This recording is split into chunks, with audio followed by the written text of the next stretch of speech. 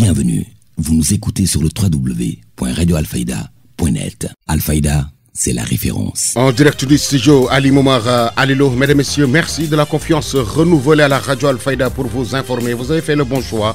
Si vous nous rejoignez dans l'actualité de ce samedi 3 août 2024, nous sommes ensemble pour une demi-heure d'information sur Alfayda FM. C'est l'heure du journal.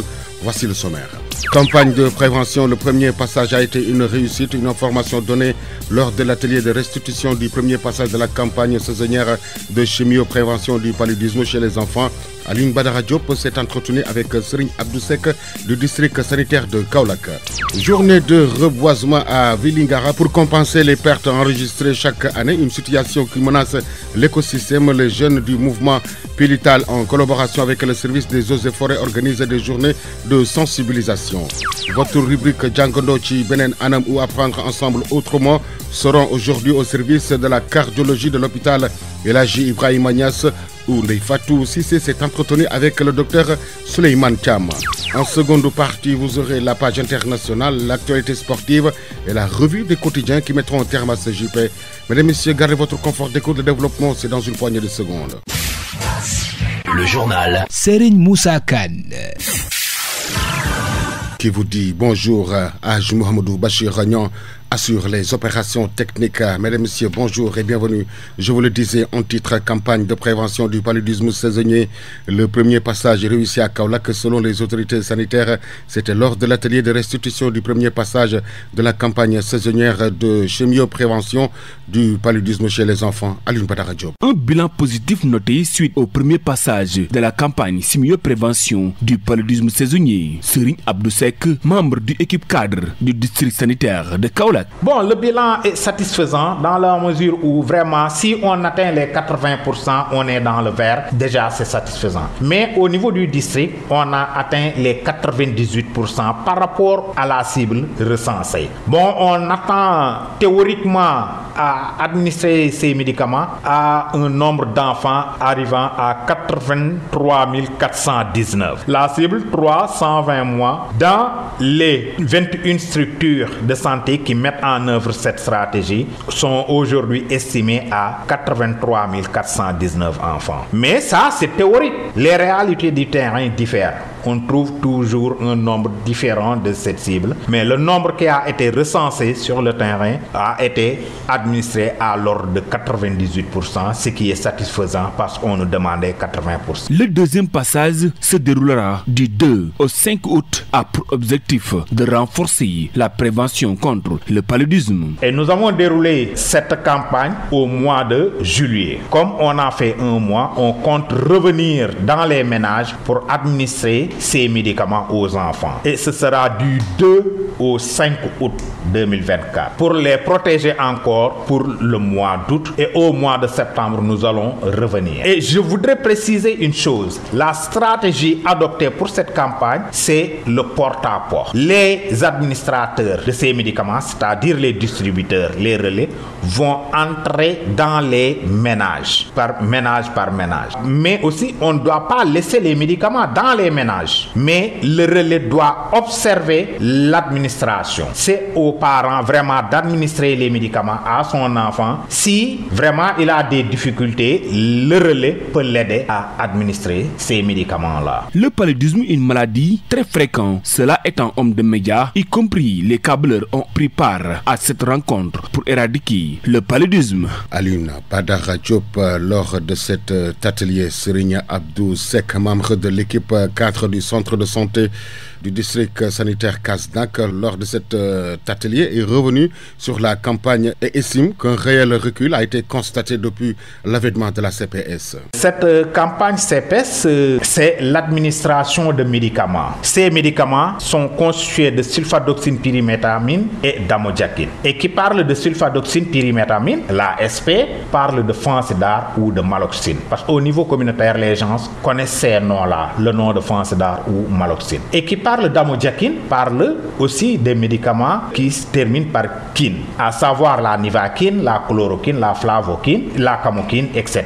C'est ces médicaments qu'on administre aux enfants pour 3 jours. 3 jours successifs, on va administrer ces médicaments aux enfants âgés de 3 mois à 120 mois. Et ceci va les protéger contre le paludisme pour 1 mois durant, qui sont vraiment de qualité reconnue. Parce que c'est des médicaments qu'on a toujours utilisés dans le secteur de la santé. Et c'est des médicaments connus de tous. Et vraiment, donc, nous invitons tout le monde à adhérer à cette stratégie parce que on l'a vu, il y a vraiment des résultats probants. Parce que dans le temps, on voyait souvent des enfants qui piquaient des crises suite à une maladie due au Plasmodium falciparum, donc le paludisme. Et dans ces cas-là, depuis vraiment l'avènement de la CPS, on a vu de manière drastique le recul de ces cas de maladie-là, le paludisme. Et on ne voit plus d'enfants qui piquent des crises suite à un palud. Donc, nous demandons à tous parents ou gardiens d'enfants d'adhérer à cette stratégie de lutte contre le paludisme pour qu'on puisse administrer les médicaments aux enfants. Selon toujours Serigne Abdou Seck, Kaolack, un environnement favorable au paludisme. C'est pourquoi il demande aux populations de s'adhérer à la lutte et exploiter les moyens qui sont mis en notre disposition pour lutter contre le paludisme. Nous demandons à ce que tous les enfants puissent bénéficier de ces médicaments-là pour pouvoir lutter efficacement contre le paludisme. Parce que c'est dans cet ordre qu'on peut arriver à éliminer le paludisme dans notre zone. Et c'est possible. Dans certaines zones, on ne parle plus de palud. Même plus proche de nous, ici à Fatick, vraiment, on ne parle pas tellement de palud. Tellement ils sont arrivés à un niveau vraiment non négligeable dans cette lutte-là. Et si vraiment un cas de palud est détecté dans cette zone-là, on va faire l'investigation au niveau du domicile du cas et même des 5 domiciles qui gravitent autour même de ce cas index-là. Donc c'est important, joignons nos forces pour pouvoir lutter contre le paludisme. Et c'est important par rapport à l'environnement de Kaolack. Je ne vais pas vous décrire l'environnement de Kaolack. Vous savez que c'est un environnement favorable au paludisme. Donc, les moyens qui sont mis à notre disposition, nous devons les exploiter et adhérer à cette lutte-là pour vraiment sauver des vies par rapport au paludisme. Bon, par rapport aux effets indésirables, parce que les effets secondaires n'en parlons pas, parce que tout médicament a des effets secondaires qui sont inscrits sur la notice. Mais on veut parler des effets indésirables qu'on peut noter par rapport à la prise de ces médicaments-là. Je vous dis que les effets indésirables sont pris en charge gratuitement au niveau des postes de santé. Si vraiment un parent constate que son enfant a développé des effets à la suite de la prise de ces médicaments-là, il n'a qu'à prendre l'enfant par la main, muni de sa carte, parce qu'on laisse des cartes aux enfants ayant bénéficié des médicaments pour l'amener au niveau du poste de santé. Il sera pris en charge gratuitement. Santé, nous y sommes et nous y restons. Direction Touba, risque de propagation du paludisme dans la ville sainte à cause des inondations. C'est pourquoi 3 Cap Santé, en collaboration avec Speak Up Africa, a signé une convention avec la mairie de Touba Mosquée pour protéger les populations. Mamadou Moustapha Mbaye. Dérouler des stratégies de combat pour annihiler la progression du palud en cette période d'hivernage et surtout travailler dans le sens d'enregistrer 0 cas dans la cité religieuse, telle est l'ambition de 3 Cap Santé qui a paraphé une convention avec la mairie de Touba. La convention vient matérialiser un engagement pris par la mairie de Touba lors de nos précédentes rencontres. Et c'est un engagement qui donc vient de se matérialiser avec la signature d'une convention allant dans le sens de lutter beaucoup plus efficacement contre le paludisme.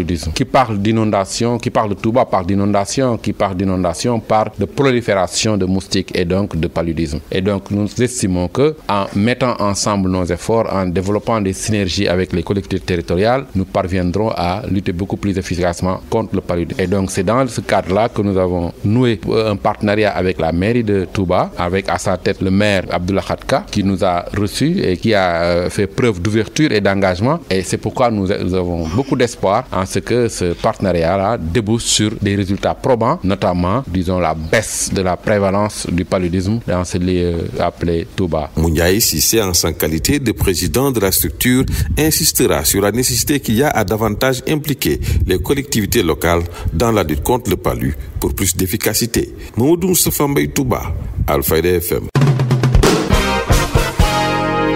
Alfayda FM. Alfayda FM, la radio de référence qui vous informe partout où que vous soyez dans le monde. L'info se poursuit. Une journée de reboisement organisée au quartier Château d'Eau de la commune de Vélingara par les jeunes en collaboration avec ceux du mouvement Pélital. Capitaine Godjen avec Babacar Diouf est venu nous rencontrer et a déposé une demande au niveau du service des eaux et forêts pour être accompagné dans le reboisement. Bon, en tout cas, j'avais mis sur la table des conditions, à savoir la protection, consistant d'abord à trouver des gabions et ensuite à s'organiser, à les planter de manière efficace et aussi à continuer à suivre et à les arroser. Déjà, le premier acte qui est plus difficile, c'est l'acte de chercher des gabions. Ça, c'est pratiquement toutes les associations, des groupements butent sur ce problème-là, ces contraintes-là, et qui font que souvent ils ne reboisent pas, ou bien tout ce qui reboise meurt. Donc j'ai vu qu'ils ont trouvé ces gabions. Je me suis dit que c'est une association donc engagée et je suis venu les accompagner. Au-delà maintenant de ça là, vous savez, c'est une prise de conscience. Aujourd'hui, on parle de changement climatique parce qu'on coupe beaucoup d'arbres. Quand on parle de coupe d'arbres, on pense surtout à l'exploitation clandestine, mais également à l'augmentation des habitations. Donc on coupe pour s'habiter, on coupe pour cultiver. Et donc on dégarde la couche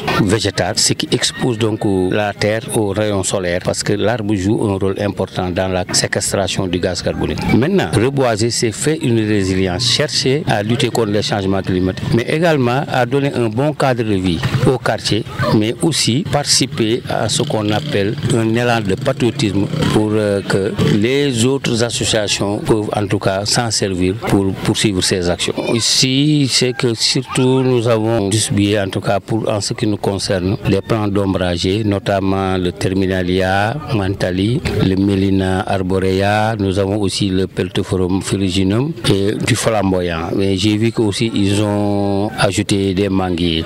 Voilà, c'est ça les espèces. Mais je sais que dans les rues, il est préférable de planter des arbres d'ombragés parce qu'en général, quand c'est un arbre fruitier, ça va ameuter les garçons qui vont souvent lancer des pierres et qui vont jamais laisser les gens se reposer. C'est pourquoi les arbres fruitiers, il faut les mettre dans les maisons, les arbres d'ombragés, il faut les mettre dans les rues. Cette activité entre dans le cadre de la lutte contre les efforts négatifs du changement climatique, mais également pour rendre la commune de Vélingara verte.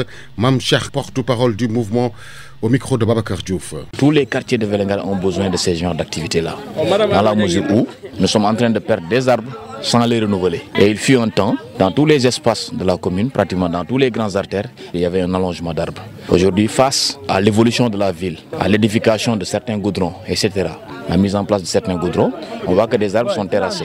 Mais ces arbres-là devraient être reboisés pour permettre à ces axes routiers-là de revivre, non seulement du point de vue environnemental, en accordant de l'air pur aux populations qui y vivent, mais aussi en permettant à la ville de respirer, en nous aidant à arroser régulièrement les plantes, même si on est en période d'hivernage, où peut-être on aura la chance de bénéficier des pluies pour permettre maintenant l'agrandissement de ces arbres-là qu'on a plantés. À l'instant, Mam Cheikh, porte-parole du mouvement Pélital, qui réagissait au micro de Babacar Diouf.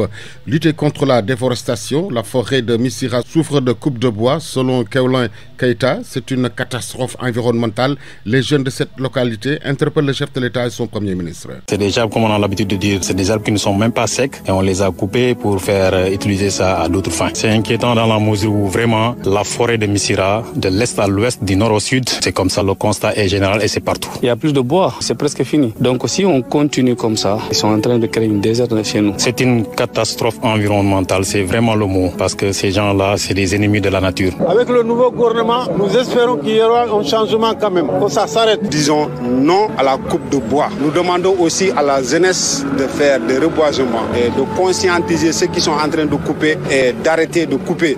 Monsieur le Président, Bassirou Diomaye Diakhar Faye et son Premier ministre et le ministre de l'Environnement. Maintenant, notre combat, c'est quoi? C'est de lutter contre la déforestation. Interpeller l'État du Sénégal et les pouvoirs publics sur la nécessité d'amplifier des mesures à la fois préventives, correctives pour arrêter le fléau. Depuis des années, au péril de leur vie, des dizaines de milliers de personnes se sont engagées sur des embarcations de fortune pour rallier l'Europe. La question migratoire reste toujours d'actualité.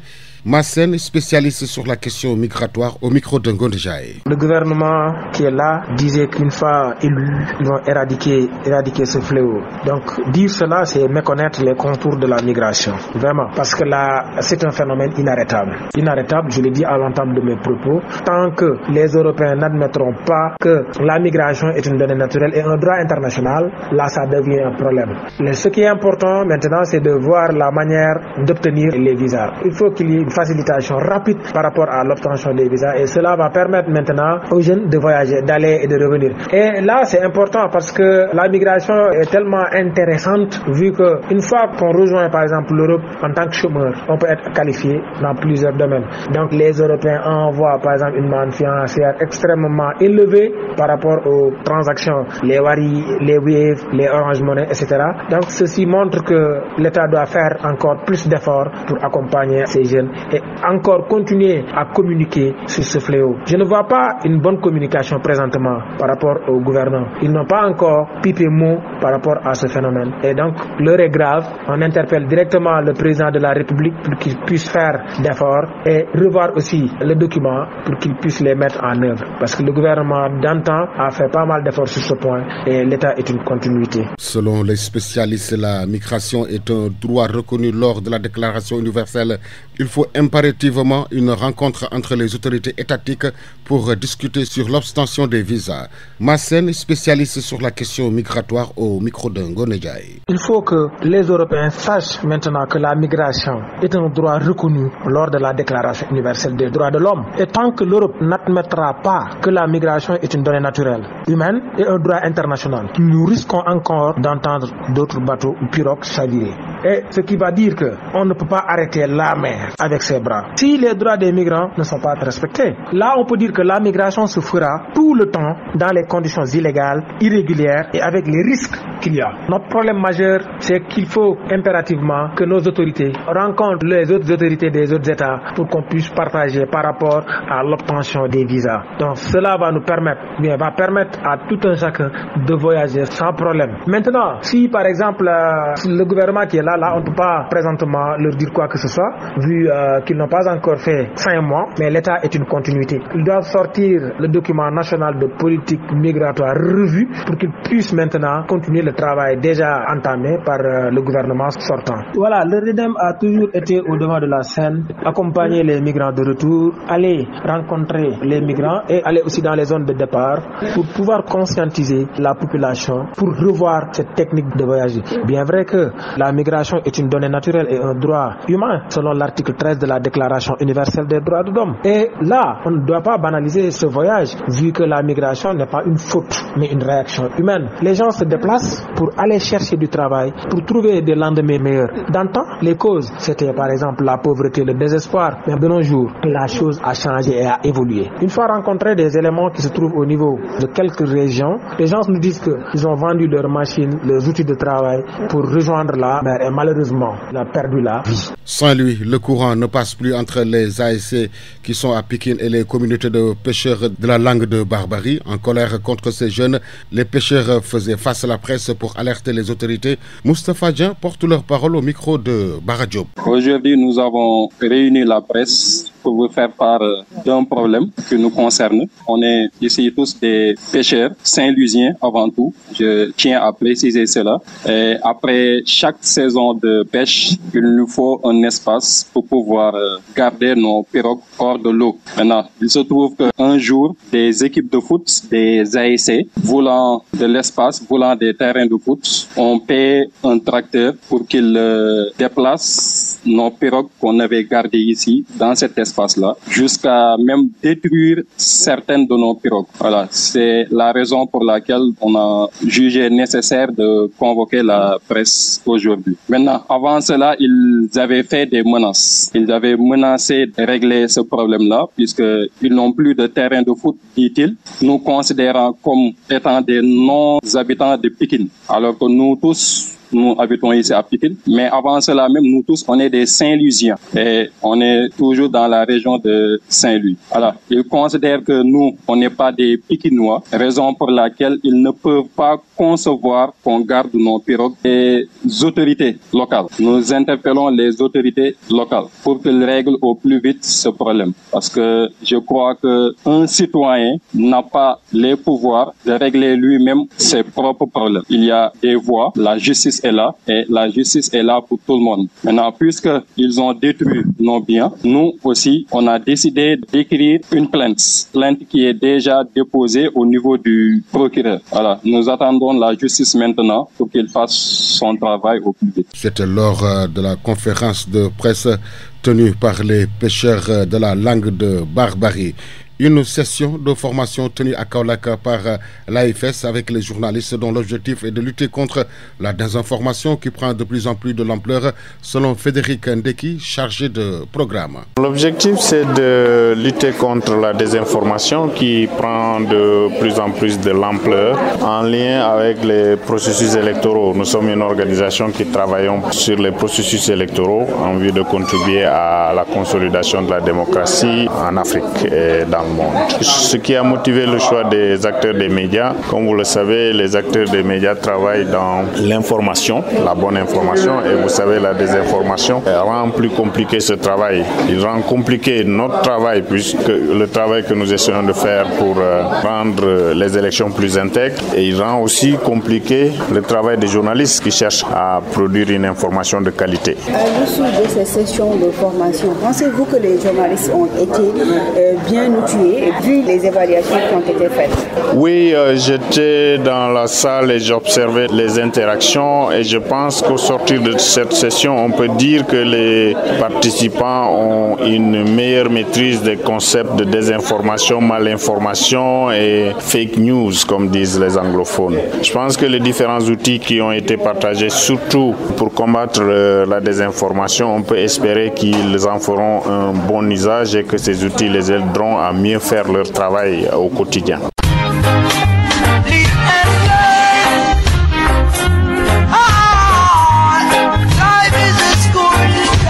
90.1 émettons depuis Medina Bay, immeuble Cheikh Imam Hassan Cissé, studio Ali Momara Alilo. L'info se poursuit sur la référence.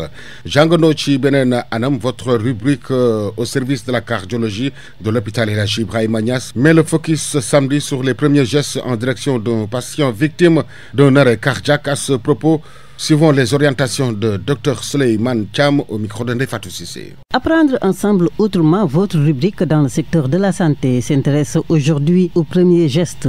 Alors, premier geste, de toute façon, si le patient est conscient. En effet, nous dira-t-il, beaucoup de personnes n'ont pas la chance de raconter ce qui leur est arrivé. Cardiologue de l'hôpital régional El Hadji Ibrahima Niasse de Kaolack, Dr Souleymane Thiam évoque avec nous donc les réalités de la crise cardiaque ou l'arrêt cardiaque. Parce qu'en cas de crise cardiaque, souvent elle mort subite. Il y a des gens qui décèdent brutalement. Parce que simplement, si le cœur ne reçoit pas d'oxygène, mais il s'arrête. C'est un moteur. Hein. Une voiture qui n'a pas d'essence, qu'est-ce qu'il fait? Le véhicule s'arrête. C'est exactement la même chose. Quand il n'y a pas assez d'oxygène, le cœur, il s'arrête. Donc là, si par exemple le patient a fait un arrêt cardiaque, il y a des gestes à faire. Hein. On peut le faire. On peut faire un massage cardiaque. Mais je répète encore une fois, c'est un peu compliqué. Il faut que les gens soient formés par rapport à ça. Il ne faut pas faire ça tout seul. Il faut au moins 2 personnes. Bon, je pense que ce n'est pas l'objet donc, de l'interview. Mais en tout cas, et ce qu'il faut faire, c'est évacuer le patient dans les plus brefs délais. Par contre, si si le patient est conscient, on peut faire une chose, on peut donner de l'aspirine. Devant un patient, si on suspecte, si le patient reconnaît le signe, ou bien si l'entourage sent que ça, c'est un patient hypertendu, qui a une douleur thoracique, et puis il faut regarder le patient. Quand quelqu'un, un hypertendu, prend sa main et qui pose ça sur sa poitrine, ça, s'il a mal,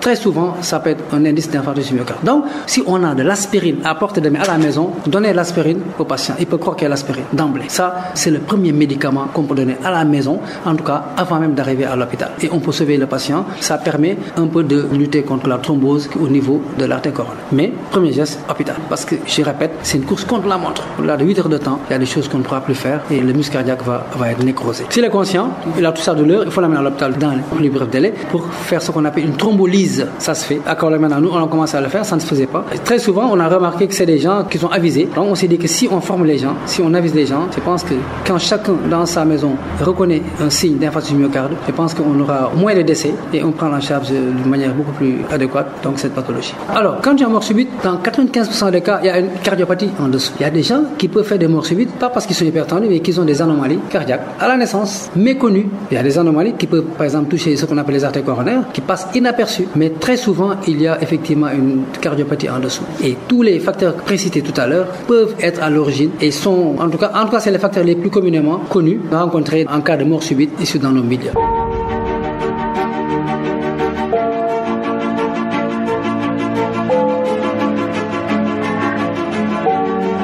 Et voilà que c'est ici que se referme votre rubrique à apprendre ensemble autrement. Le Coran est un livre d'actualité. C'est un livre qui n'est pas obsolète. Il y avait certains dernièrement qui ont signé un manifeste et qui ont dit une folie, qui ont dit il faut frapper certains versets d'obsolescence. Alors il faut répondre, c'est impossible, ce ne sera jamais fait parce que le Coran pour nous est sacré, n'est variéture comme on dit, aucun changement possible. Par contre ce qui n'est pas sacré c'est l'interprétation. Alors le livre peut vous choquer de prime abord, mais il faut mettre les bonnes lunettes. Et lorsque tu mets les bonnes lunettes, les lunettes du contexte dans lequel tu vis, les lunettes de l'époque dans laquelle tu vis, tu commences à comprendre le Coran. Qu'Allah subhanahu wa ta'ala fasse du Coran le printemps de nos cœurs. Rendez-vous prochainement avec un autre sujet.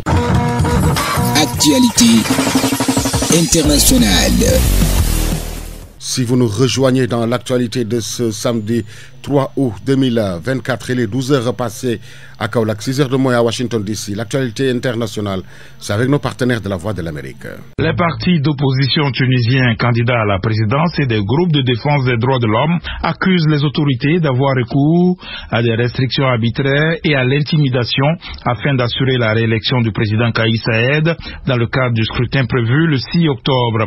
Kais Saied a annoncé le 19 juillet qu'il briguerait un nouveau mandat de 5 ans. Toujours en Tunisie, 4 femmes ont été condamnées à des peines de prison accusées d'avoir acheté des parrainages pour le compte du rappeur et homme d'affaires Kaderim, candidat potentiel à la présidentielle du 6 octobre. Actualité internationale. Nouvelle journée de mobilisation au Nigeria. Hier, au moins 13 personnes sont mortes lors des manifestations contre les difficultés économiques, a affirmé Amnesty International. L'ONG accuse les forces de l'ordre d'avoir tué des manifestants pacifiques qui dénonçaient leur grande pauvreté. Au Burkina Faso, nouvelle arrestation de Guy Hervé Kam, célèbre avocat et leader de la société civile burkinabé.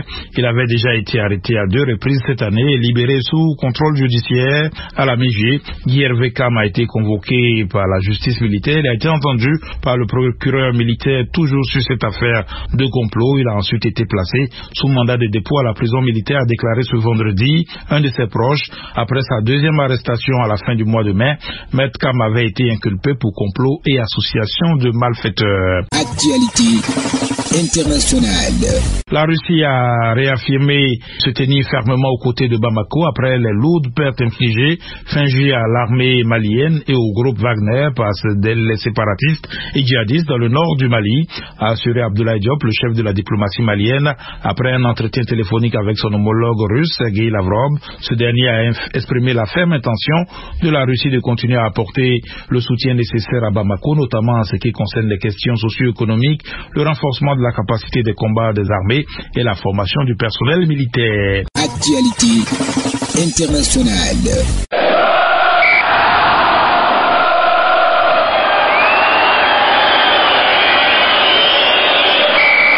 L'actualité sportive. Une page sportive que nous ouvrons avec le tirage au sort du tournoi de l'UFOA des U20 effectué hier dans le groupe A. On retrouve la Sierra Leone, Libéria, Guinée et la Guinée-Bissau. Groupe B, Sénégal, Mali, Mauritanie et la Gambie.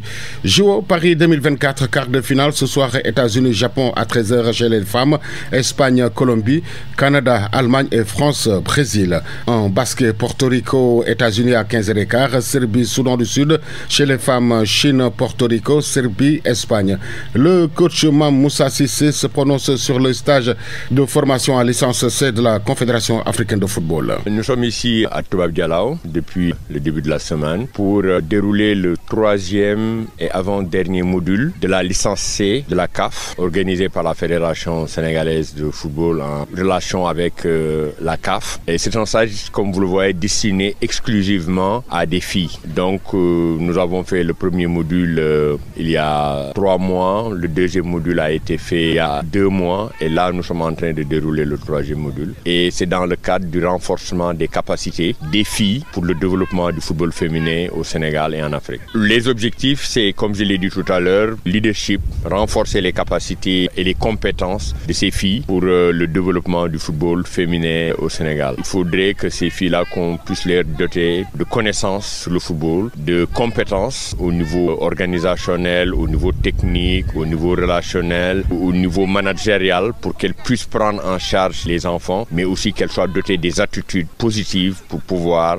mener à bien la formation de nos jeunes filles partout dans le Sénégal. Oui, ces filles, pour la plupart, ont joué au football dans le championnat sénégalais. Certaines même ont été internationales et d'autres, et parmi elles, il y a certaines qui ont été même des professionnels. Et il y a aussi des filles qui ont fait leur stage de licence D de la CAF, donc qui ont déjà commencé la formation. Elles sont toutes sur le terrain, elles sont en train d'entraîner. Elles ont joué au football jusqu'à un certain niveau et les autres ont déjà leur premier diplôme de licence D. Et c'est ça qui constitue aujourd'hui le groupe que nous avons sous la main pour ce stage. Il y a un programme pour accompagner ces filles-là dans le cadre de leur travail. Certaines d'entre elles sont dans les clubs et avec la DTN, nous ferons un travail pour continuer le mentoring, c'est-à-dire continuer à les accompagner, voir quelles sont les difficultés qu'elles ont. Certaines parmi elles sont dans des clubs, d'autres dans des centres de formation et on en a même qui sont déjà dans les sélections nationales. Et donc ce travail-là va continuer pour le suivi, l'évaluation du travail et la formation continue parce qu'au-delà des stages formels que nous sommes en train de faire ici, il y a la formation continue et ça c'est aussi un autre programme que la DTN a prévu pour continuer à les accompagner, pour leur permettre d'avoir le meilleur profil et d'être les plus compétentes pour donner le meilleur d'elles pour le football sénégalais performant chez les filles. La revue de presse. La revue des quotidiens, dernière note de ce journal, c'est l'affaire de Gondedjaï.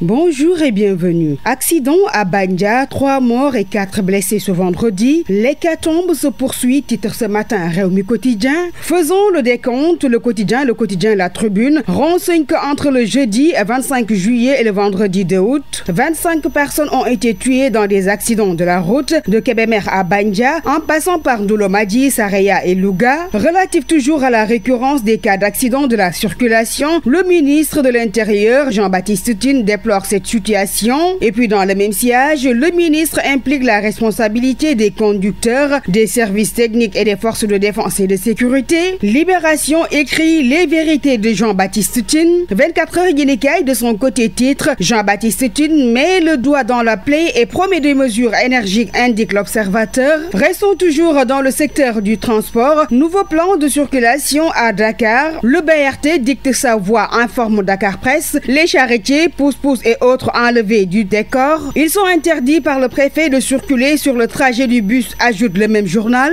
Et puis un autre sujet, à la une de quelques quotidiens parus ce matin, convocation à la gendarmerie de l'ex-DG de DPS Djigui Diop Fall. Le début de la traque s'interroge le quotidien L'Informateur. En relation avec cette convocation, Djigui Diop Fall défie son ex-ministre, né politique de Bambey, rapporte l'évidence qui cite l'ex-directeur général de la DPES, convoqué lundi 5 août à la gendarmerie gendarmerie de Kermassar. Djegui Diop Fall, bande muscle, constate le public. L'informateur, quant à lui, fait part des raisons de la convocation de cette dernière. Journée nationale de l'arbre, lancement de la campagne nationale de reboisement, reboiser pour survivre. Bassirou Diomaye Faye, attendu 2 mai à Touba, informe le quotidien national Le Soleil. D'après le même journal, Touba est mobilisé et prêt à accueillir le président de la République. Touba lance la 41e édition, mentionne Sud Quotidien. Protection de la Falémé sur un rayon de 500 mètres. Le Dakarois note à ce sujet l'interdiction triennale des activités minières. Et puis prochaine campagne agricole, la Sonacos dans l'éveil quotidien promet 7000 emplois saisonniers. Éducation, parlons-en dans cette revue des quotidiens. Violence en milieu scolaire, une priorité de la tutelle, évoque le quotidien Grand Panel qui estime que 87% des enfants sont touchés au Sénégal. Terminons en sport. Judo, Mbagnick Ndiaye sorti en 8e de finale. Le haut niveau, ce n'est pas de l'amusement, a-t-il déclaré dans le quotidien sportif Record. C'était tout pour la revue des titres. Merci de l'avoir suivi et très bonne lecture. C'est la fin de cette édition. Merci à Haj Mohamedou Bachir Ragnon qui en a assuré la partie technique. Merci à toute l'équipe qui a permis à sa réalisation. La rédaction en chef a été assurée par Elaji Ibrahima Agaï. Était devant ce micro Serigne Moussa Kane. L'info revient dans moins de 30 minutes. Ce sera à Wolof avec Mariam Abba. Tout de suite, le rappel de ce qui a fait l'essentiel de ce 12 heures. Campagne de prévention. Le premier passage a été une réussite. Une information donnée lors de l'atelier de restitution du premier passage de la campagne saisonnière de chimio-prévention du paludisme chez les enfants. Alioune Badara Diop s'est entretenu avec Serigne Abdou Sek du district sanitaire de Kaolack. Journée de reboisement à Vélingara pour compenser les pertes enregistrées chaque année. Une situation qui menace l'écosystème. Les jeunes du mouvement Pilital, collaboration avec le service des eaux et forêts, organisent des journées de sensibilisation. Votre rubrique Djangondo Chi Benen Anam ou Apprendre ensemble autrement, c'est rendu au service de la cardiologie de l'hôpital Elaji Ibrahima Niass. Fatou Sissé s'est entretenu avec le docteur Souleymane Thiam. En seconde partie, vous avez suivi l'actualité internationale, la page sportive et la revue de quotidien qui ont mis un terme à ce 12 heures. Mesdames et messieurs, merci de nous avoir accueillis dans l'intimité de chez vous. Excellente suite des programmes sur la 90.1. Le journal Serigne Moussa Kane.